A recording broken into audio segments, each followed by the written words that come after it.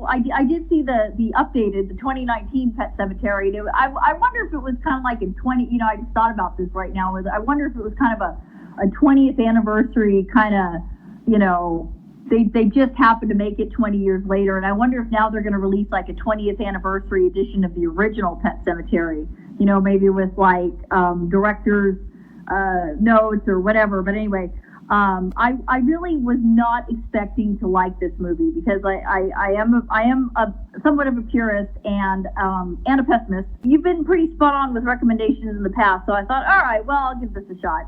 And I saw, I watched the opening credits roll, and I thought, okay, well. And then I saw John Lithgow in the cast. John Lithgow does not make a bad movie, so let me sit down and let me give this a fair shake. When I saw the truck roar by, I thought, okay, that is a good example of foreshadowing. Right. I wasn't expecting to like this movie either. I think that I had really high expectations going in, and I kind of read some critics' reviews before I knew that they were making the big change where they had Ellie be the one who got killed instead of Gage. I read about why they made that decision, which we can talk about later. But that is such a twist on the story that I had really, really low expectations going in. But I thought that the way they handled it was really, really good. Because every time I watch the original Pet Sematary, I hope and pray that Lewis is going to be able to catch up with Gage and pull him out of the road, which I don't know if you remember the introduction to the book where Stephen King says that this whole thing started because he had that exact same experience with his boy. He pulled him out of the road just in time. And he thought, what if I hadn't caught up with him? And that's how this whole thing started. So I thought that was a really good callback to the story's origins. And it was a really good homage to the original movie where Gage was finally able to be saved, but unfortunately, Ellie had to take his place. Yeah, and that was originally one of the reasons why I didn't want to see the movie was because they had swapped Ellie and Gage's demise, if you will. And so when I read that it was going to be Ellie who gets it instead of Gage, I was like, no, But when you actually told me you had watched it and you said, well, it would be a pretty good standalone movie, I was like, let me give this a chance, especially with what they can do with computer-generated... Yeah, everything they can do. I thought, well, okay, let's check it out. So I saw the scene with the truck and then the family, and they look like a real nice, down-home, all-American, whatever. I mean, the creep factor is off the charts in this movie. That I will say. The first thing they come off with is, here comes the procession with all the kids and the masks. And I remember my first thought was, what the children of the corn? I wasn't expecting the whole procession of the kids with the masks and the dog and the wheelbarrow. I haven't gotten a chance to reread the book yet, but I did not necessarily remember that. I think that was a new spin on things. Yeah, it really was. That scene was not in the movie, and they didn't include it in the book either, but they did talk about how the cemetery had kind of a pagan feel as opposed to a Christian feel that a cemetery typically has. That was the whole thing about the masks. I wish they would have gone into a little more detail about all the kids were wearing them and why some of them were on the gravestones and stuff like that, but they didn't, and I was a little bit disappointed in that. What did you think of the scene where Rachel's sister has meningitis? How do you think they handled that scene? I thought that those scenes in the original were really, really creepy. When I was reading the book, I remember thinking to myself, I wish they had done more with it in the movie. Mm-hmm. I don't know what I was expecting, and I don't know what that would have looked like, but I remember thinking, I wish they would touch on that more in the movie. And there was a lot of scenes that I wish they would have done more with. I thought they did a really good job with the special effects, and that was very striking to me in the book. And when I watched that scene, I felt like I was actually watching those scenes from the book unfold in front of my eyes. So I was actually really impressed with those scenes. One of the things that I think really stood out to me was that there's a scene where she gets out of bed and she runs to the camera, which is up near the ceiling of the room, and she runs to the camera and yells, which I think kind of made me feel like I was imagining it the way Rachel was imagining it. When you remember past events, you kind of remember them differently than they actually happened. And there's no way that Zelda would have been able to climb out of bed and run halfway across the room. But it puts a really big creep factor on the whole thing with the way she runs, the way she moves. I think the way that they did it made me feel like I was experiencing it the way Rachel was experiencing it. I agree. And, I'm wondering if the directors kind of pay a little homage to The Exorcist. The way Zelda was and the way bones were popping out, that was part of what made the whole scene so creepy. Is you think of movies like The Ring and anything else where there's like the jerky, movement. I did notice they took some liberties when Ellie meets Judd. Judd's wife was alive. I'm thinking the producers and the directors of the movie thought this will be a little less messy and a little less complicated if Judd's wife is already passed. So I'd like to kind of pinpoint certain liberties that they take with the book as, they take between the book and the movie. Let's get to the big liberty that was taken, where they swapped the one who got hit by the truck. Saves Gage, but here's Ellie. I like the way they did it. I would have rather seen them do more with because I read a lot of articles about how, it's easier with a 9-year-old and this and that and the everything, but I think I probably would have rather seen them remain true to the original movie and true to the book. But maybe in this day and age, they thought, what's going to float easier, a 9-year-old getting it or a 2-year-old getting it? I don't know. I would be kind of curious as to what were they thinking. When I read the reasons they could do more with a 9-year-old instead of a 2-year-old, was that it was a total cop-out. Like, it's easier. And I think that they had a lot of opportunities to make that scene a lot creepier in the original movie. Because if you remember from the book, Gage's voice is physically the voice of Judd, and it's the voice of Rachel. His face physically changes to Judd's face and Rachel's face and all these people that Lewis knows personally. And I think there would have been a lot of opportunities for them to make that scene really, really creepy in the movie. But maybe they didn't have that technology in the 1980s. I think they had a lot of opportunities. Do you think it had anything to do with maybe how the movie would come across? Way too harsh to show a 2-year-old being run over by a truck? I have thought about that. And that's really interesting because when I first saw the movie, I saw the movie for the first time when I was about 17. And I had no idea what it was about. I just knew the name Stephen King. I was looking for a really scary movie. And I couldn't believe that any self-respecting story writer would actually write that into a movie. And I think it actually traumatized me. Yeah. I couldn't watch it again until I was in my 30s.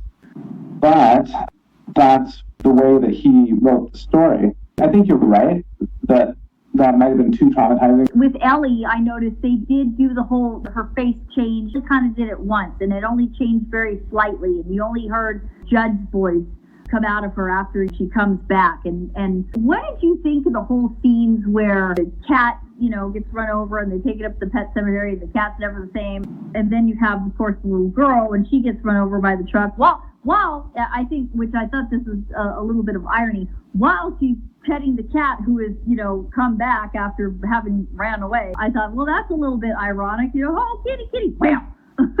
What did you think of all the scene? Were you impressed, not impressed? I was not impressed with how they did it in the remake. There's a lot of reasons for it. Now, first of all, in the book, Judd took Lewis to see the pet cemetery. Actually, he was the one in the book when Lewis winds up helping Judd's wife when I guess she has a heart attack.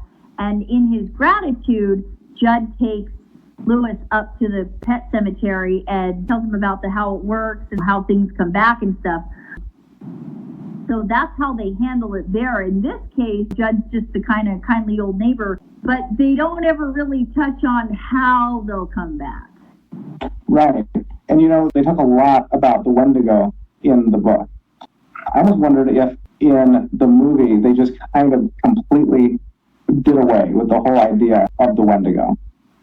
They didn't really talk about it. When I was reading the book, I imagined that the Wendigo would be like this physical thing that was kind of moving Gage along the lawn, make sure he got to the road. And that's what Lewis talks about in his flashback, is how he wished that Gage would trip because that's how 2-year-olds run. I was imagined in the movie the Wendigo would have been physically with Gage, kind of moving him along. And I always kind of wished that they had done that. Even if it was like a ghostly figure of some kind, I don't know what that would have looked like. So I am really glad that they touched on the Wendigo a little bit more in the remake. They kind of went in a different direction than the original story. But I thought that the way they had things come back in the remake was really, really cheesy. They bury something in the Micmac Cemetery, but then it's back again 2 hours later. It seemed like a much longer turnaround time in the book. Like a week or something?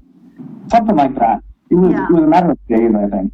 Yeah. I think in the original movie, it felt like a 24-hour period. But in the remake, it was almost like they make it home before you do. Keeping on that train of thought, I remember thinking when he was kind of washing her off, I remember thinking all the, the funeral makeup is going to wash off and oh my God, what's she going to look like? I'm wondering if that whole scene where she comes home and then she's dancing in the funeral dress, I wonder if this is kind of filler, which it could have been. Going back to the whole idea of the turnaround time, you're right. I remember the turnaround time I thought it was a week. Or maybe over 24 hours or a couple of days, but it definitely seemed to be a longer time. And getting towards the end of the movie where Rachel dies, and I guess he takes her up there and buries her up there, and then all of a sudden everything is like sped up. And I think it worked for the remake as a standalone movie. I think it worked because it added kind of this campy feel. The original movie paid more attention to the book. And it was really serious, and it was really creepy and scary. Yeah. There's a few iconic things about the original Pet Sematary versus the new Pet Sematary, and one is the actor who plays Judd. Judd's accent was the best part of the entire movie, the original anyway. And I remember reading the book, and they described what Judd's accent sounded like, and I could hear it in my head. And his voice sounded to me exactly the way I heard it in my head. Yeah, I agree. I thought Fred Gwynne, if he was alive, it would have been very cool if they'd asked Fred Gwynne to be in the remake.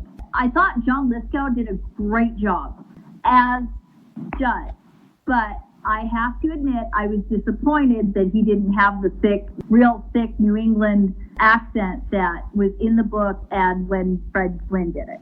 Especially because I think part of Judd's fascination with Ellie was that when they first met, Ellie noticed his accent and didn't really understand it. Let's talk about Lewis's relationship with his father-in-law.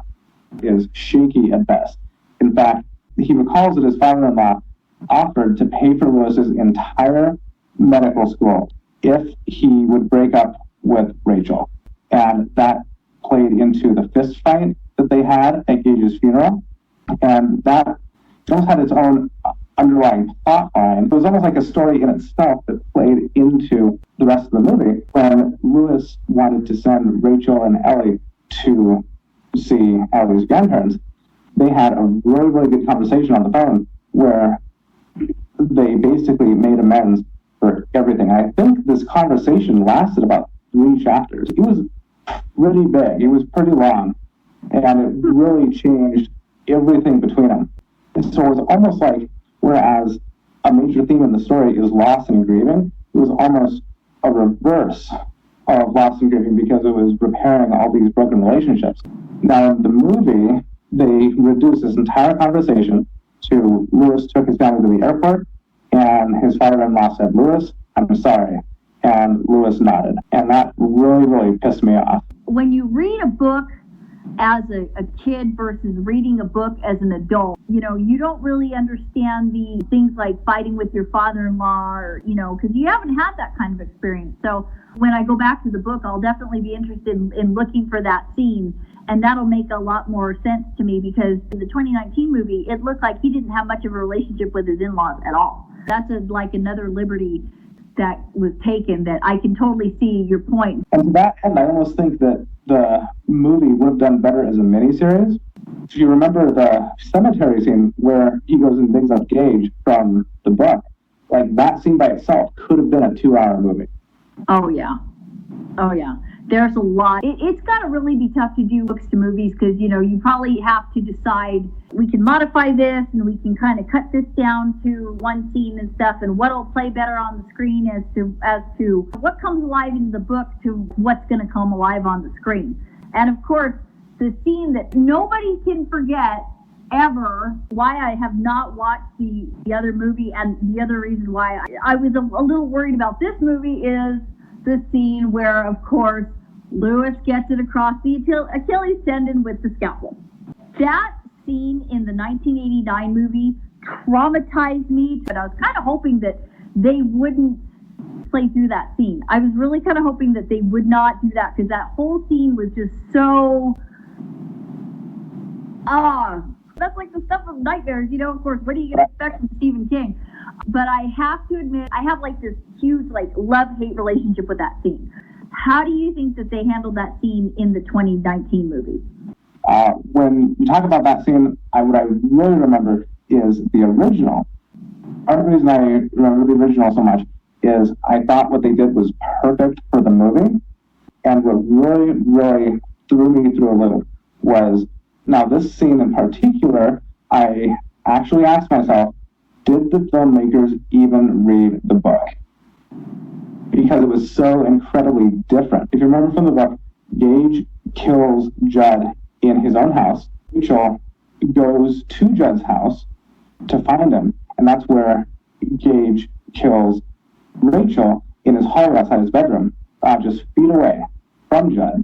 And then Lewis goes to Judd's house and finds both Judd and Rachel with Gage. That's the way it played out in the book. Now in the movie, Gage kills Judd in his own house and then goes back to his house where he kills Rachel, and Lewis goes to his house and Rachel falls from the ceiling, having been hanged with a noose, and they completely butchered the whole thing. Like, the book was written so incredibly well that they could have done blocking just from the book. That really upset me, but as far as the movie itself, I thought it was perfect. That whole, from the book versus standalone thing? Yeah, that scene was perfect for the movie, but in relating the book to the movie, they completely butchered it. I just remembered how gory, I would think that a lot of people would have that same reaction. In the 2019 movie, they took that scene kind of sticking to the letter of the law, but violating the whole purpose of it. They took the scene and they like a gory jump scare. I looked up at the wrong moment. I was like, oh God, no, I don't want to see that again. I don't think they had to make that scene as gory as they did. I would have actually preferred if they'd done something like cut away. If I was directing the movie, you'd see their editing the movie, you'd see the scalpel come and it would just, cut away to something else. I think that the not seeing the whole slice across the Achilles tendon would have made it a far better psychological trauma than actually seeing it on the screen and getting grossed out and freaked out for the rest of your life. Interesting, kind of like an Alfred Hitchcock type thing. Yes. I want to talk about Timmy Bater. I know you had a very strong opinion about that, and I know folks would probably want to hear it, including me. Now, I want to ask you, what did you think about the Timmy Baterman scene in the original, and how did you feel? Well, they completely took it out of the remake, and how did you feel about that? I think it would have been good had they had the scene in there. It would have given a lot more context to how folks came back and how things would play out. You don't know how humans are coming. You kind of have an idea of how humans are going to come back after the whole Timmy Baterman scene. He was just telling everybody's dirty laundry and everything else. I think if they had left that scene in the movie or even touched on it, it would have been better, to give a little more context to how folks were going to come back and how that was all going to play out. Right. And, that was actually my favorite scene from the book, and it was my favorite scene in the original movie. I think because it would have been so interesting to see it. Judd talked about how he came back and he would literally just pace back and forth for days. And he wouldn't sleep and he wouldn't stop. He would just pace back and forth for days. And sometimes he would stop and talk to people. And he said that you could see it in his eyes sometimes, but then other times you couldn't. But there was something there, like he couldn't take a proper step, he couldn't walk right. It wasn't wrong, but it wasn't quite right either. And so I think it would have been really interesting to see it. And I saw it in my head as I was reading the book quite a bit differently than the way I saw it in the movie. It made him a lot more animalistic. I think he had lost a lot of his humanity when he came back. But the way he told it in the book, there was quite a bit more human-esque. Whereas in the movie, the scene regarding him, he was just laughing and giggling and not really saying any words. Right. Not all there. Right, exactly. But I do think that the Timmy Baterman scene in the book really foreshadowed what was coming as far as Gage is concerned. Because if you remember, just like you said, he went to his dad's house and he started just saying all these words in people's voices, and it got so out of control that his dad had to kill him and burn his house down. Same thing happened. Lewis had to kill Gage, and then he burned Judd's house down. Right. I think that they might have taken one too many liberties. They probably thought, oh, that's really not essential to the movie, so we're going to leave that out. But especially again to the people who are the purists who remember the book and remember the original movie, I think that it would have been more effective to the movie to leave that scene in. You kind of knew how things were going to go, but maybe they left it out because they thought, okay, well, in this movie, we're going to up the surprise factor when and the kid comes back and not all there. I think that's kind of what killed it for me a little bit with the way they handled Ellie in the remake. I think they could have really nailed it. And she said, "I'm dead, aren't I?" That really killed it for me. She was still self-aware. Like, there was still humanity in there. She knew that she was dead, and she shouldn't have been. Whereas when Gage came back in the original movie, there was zero humanity. He was literally just saying words and trying to stir up trouble and killing people and eating people, and there was zero humanity there. Yeah, I would absolutely agree. And I'm wondering if they stuck that in because a 9-year-old is going to be much more self-aware than a 2-year-old. So they felt like they had to say, okay, well, she's probably going to be asking questions about her state of being alive, I guess. And I know that kind of killed it for me too, because I thought the whole idea was they don't know they're dead, but they've just kind of become something else, So I think that was probably a little bit too much reality. I think if they ever remade that movie, I think I would take that whole scene and do it a lot differently. I would actually probably keep the whole scene with the 2-year-old, because keep the movie as true to the book as possible. If they ever remake it again, that's what I'd like to see. Right, exactly. I think you're on to something there as far as a 2-year-old would just be a 2-year-old, and that's why there is no humanity versus that Ellie is a 9-year-old. Right. So there's a little more humanity there. I think you're onto something, because if you remember from the book, when Lewis goes to dig up Gage, he rationalizes with himself that he's going to do this whether he wants to or not. He's just going to do it. Right. So I almost wonder if the Wendigo was in him, but because he was still fully alive, he was unable to take as much control as it wanted to. So it took as much as it could to get him to dig up Gage, or in the remake's version, Ellie, so that it could take more control over a corpse than it could over a living person. I think that's definitely a point to ponder.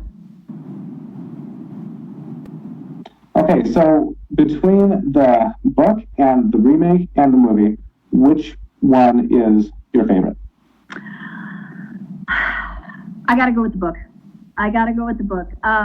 I would say, as between the three, I have to go with the book. If I had just seen the movie as a standalone movie, I'd seen the 1989 version, the 2019 version, and I had never read the book, I would probably say that I liked the unpopular opinion. I'd probably say I liked the 2019 version just a little bit better, because I remember little disappointed in the 1989 version, but then again, I was a kid when I saw it, so I will have to watch it again and see what I think. But I'm willing to bet I would probably think I'd like the 2019 version better as a standalone. I think I agree. I definitely like the book as the best media. I definitely like the book as the best media. I like the original as a movie to book better than the remake, but as a standalone movie, I definitely like the remake a lot better. Yep. I think I have to be in agreement with.